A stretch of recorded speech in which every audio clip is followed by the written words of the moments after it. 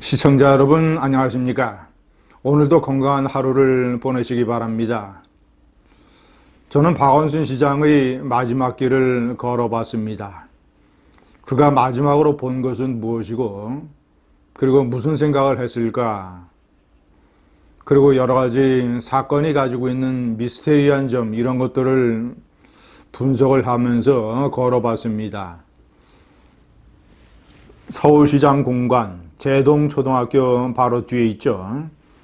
그곳을 나와서 박 시장은 북촌 한옥마을 그리고 삼청동 남북회담본부 그리고 성균관대학교 후문 와룡공원 이쁘죠. 그 와룡공원에서 한양 도성 성곽길을 바로 따라서 올라가서 쭉 가면 숙정문인데 박 시장은 그 길을 택하지 아니하고 와룡공원에서 밑으로 내려가서 이렇게 우회해서 숙정문으로 올라가는 길을 택했습니다. 그런데 숙정문까지 올라가지는 않았죠. 숙정문은 한양 도성 성곽에 있는 8개의 문 중에서 가장 북쪽에 있는 문입니다. 남대문이라고 알려져 있는 숭례문, 숭례문과 마주하고 있는 곳이죠. 북대문이죠. 숙정문. 그 숙정문에서 한양 도성 이 바깥쪽으로 이 아래쪽으로 성북동 산자락 쪽으로 한 500m 정도 떨어진 곳에 삼청각이 있습니다. 과거 70년대, 60년대, 70년대 때는 유명한 요정으로 활용이 됐었죠. 지금은 음식점일 겁니다.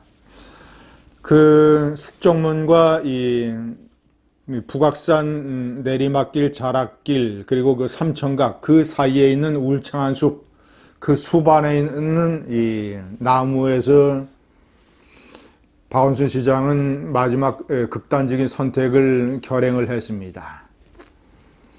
제가 숙정문에서 그 숲을 내려다 보면서 많은 생각을 했습니다. 그 한양도성 성곽길 조성 사업은 박 시장이 중점적으로 추진을 했던 이 사업입니다.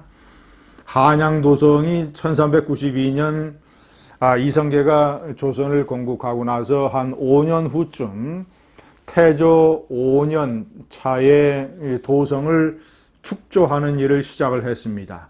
총 이 둘레길 길이가 18km.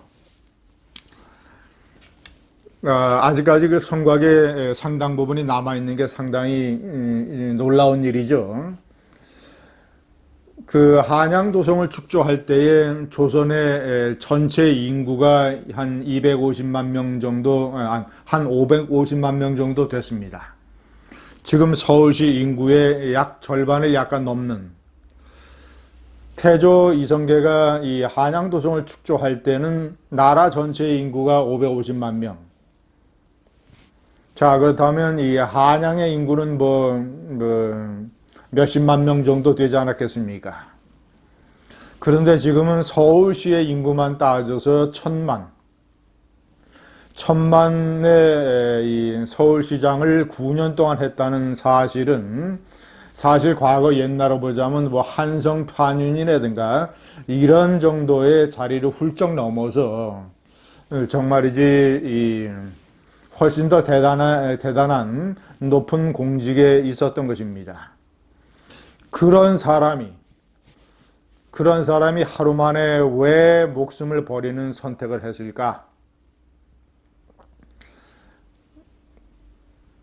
그는 자신이 조성한 성곽길을 걸으면서 참으로 여러 가지 생각을 했을 터인데, 제가 생각하는 미스터리 넘버 1, 이거 넘버 2하고도 이제 같이 연결이 되어 있습니다. 고위 공직자들은 물론이와 이 공직자들에게 이 미투 사건 폭로라고 하는 것은 일종의 공포입니다. 공포. 오거돈 사건에서 보듯이 당장 시장직을 내려놔야 되고 경찰의 사법 처리를 받아야 되고 기소가 되면 법정에 서야 되고 만약에 징역형을 선고받으면 감옥살이를 해야 됩니다. 그리고 솔직히 쉽게 얘기하면, 적나라하게 얘기하면 패가 망신이요. 그 자신의 개인적인 인생과 정적인 생명이 모두 다 와르르 무너져 내리는 끔찍한 일입니다. 미투 폭로 공포라고 하는 것은.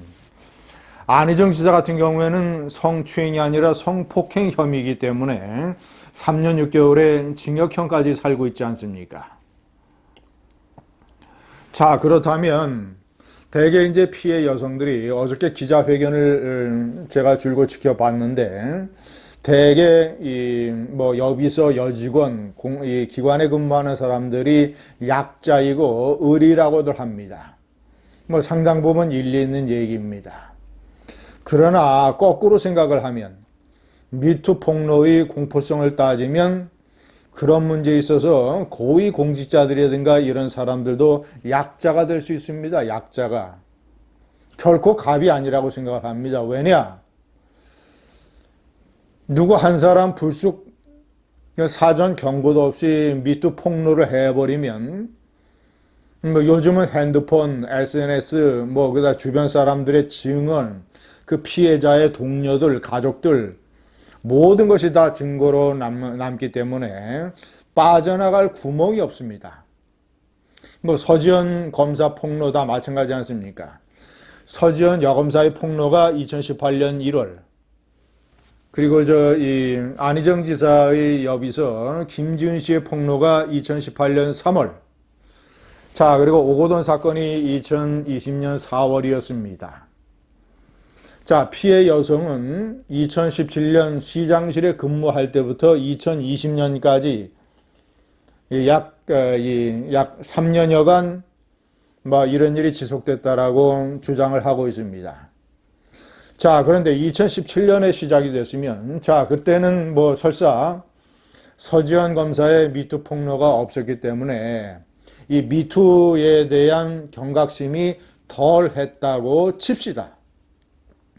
자, 그때는 덜 했지만 서지현 폭로가 있었고, 더군다나 끔찍한 김지은 폭로가 있었고, 안희정 지사가 감옥에 갔고, 자, 오거돈 부산시장은 바로 정말 서울시장, 부산시장, 피부로 느낄 수 있는 미투 폭로 아니겠습니까? 그런 거를 생생히 지켜본 박원순 시장이 안희정 사건이라든가 오거돈 사건 이후에도 계속 그런 일을 지속을 했다라는 것, 저는 이게 이해가 되지 않습니다. 도대체 박 시장의 심리 상태는 뭐였나? 본인이 여성 인권 변호사 출신이고 항상 성인지 감수성을 얘기하고 동성애자들을 포함한 성소수자들의 인권을 얘기하고 해서 자신은 결코 미투라는 것과 관련이 없으며 그저 나는 이 상대 여성들에 대한 친구 같은 감정을 느꼈을 뿐이다 라는 환상에 사로잡혔던 것은 아닌지, 그렇지 않고서야 줄줄이 자기 주변 사람들이 미투로 감옥에 가고 패가 망신하고 끔찍한 일이 벌어지는 것을 아는데, 그런 미투 폭로의 공포 속에서도 어떻게 저런 일을 계속할 수 있었는가? 자, 세 번째, 피해 여성은 왜 박 시장 본인에게 경고나 항의를 하지 않았을까? 어저께 기자회견을 쭉 들어보면 박 시장의 비서관에게 이 문제를 얘기하고 항의하고 도움을 청하고 부서 이동을 요청했다고 합니다. 그러나 가장 쉬운 방법은 박 시장 본인에게 1대1로 만날 기회가 많으니까 박 시장 집무실에서 시장님, 이런 것은 제가 원하는 것이 아닙니다. 이런 것은 곤란합니다. 더군다나 최근에 이 미투 사건의 이런 사회 분위기에서 이런 것은 시장님에게 커다란 잘못이 될 수 있습니다. 저는 분명히 얘기합니다. 노라고 얘기합니다. 안 됩니다. 계속 이런 식으로 하시면 저는 공개하겠습니다. 사직당국에 고소하겠습니다. 시장님은 책임을 지셔야 됩니다. 저를 다른 부서로 옮겨주시고 이런 행동을 멈춰주십시오. 라는 항의를 왜 박 시장에게 직접 하지 않았을까? 자, 네 번째, 그가 이 공간을 나서서 핀란드 대사관저 근처에서 전화 신호가 끊기기까지 5시간이 있었습니다. 그는 누구와 인생의 마지막 통화를 했을까? 영국에 있는 아들에게 전화를 했을까? 아니면 부인에게 전화를 했을까? 아니면 또 다른 누구에게 전화를 했을까? 전화를 했으면 그 상대방은 박 시장의 심경을 알아채지 못했을까? 마지막 미스테리, 추행 피소. 서울지방경찰청은 청와대에게만 보고했다고 합니다.